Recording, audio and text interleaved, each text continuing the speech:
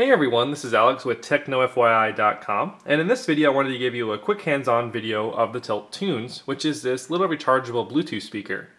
This speaker runs for about $150. I got this yesterday, been able to play with it, and it's actually a pretty nifty little speaker.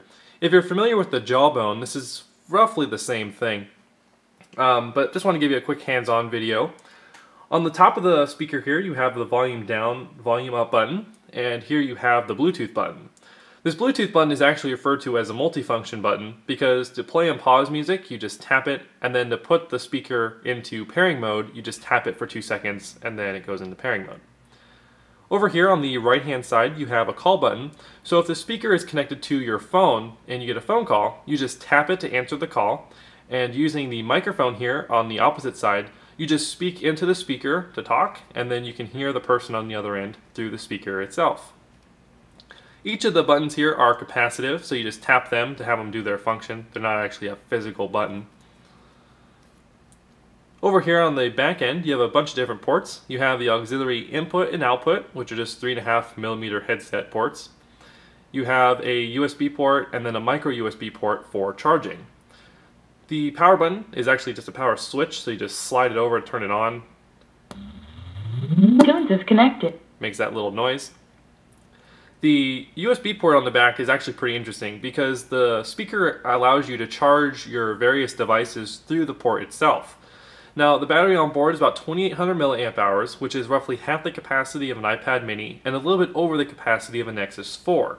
And the speaker cuts off the charging capability at 50% to preserve the speaker's battery. But the fact that you can actually charge your devices through the speaker itself is pretty nifty, although you're not going to be able to charge them 100%. Over on the top here, you have the NFC enabled sticker, which just lets you know that there's an NFC tag on board, obviously. And so using the NFC launcher application, what I did was I programmed it so whenever I put my phone next to it, it launches the Spotify application.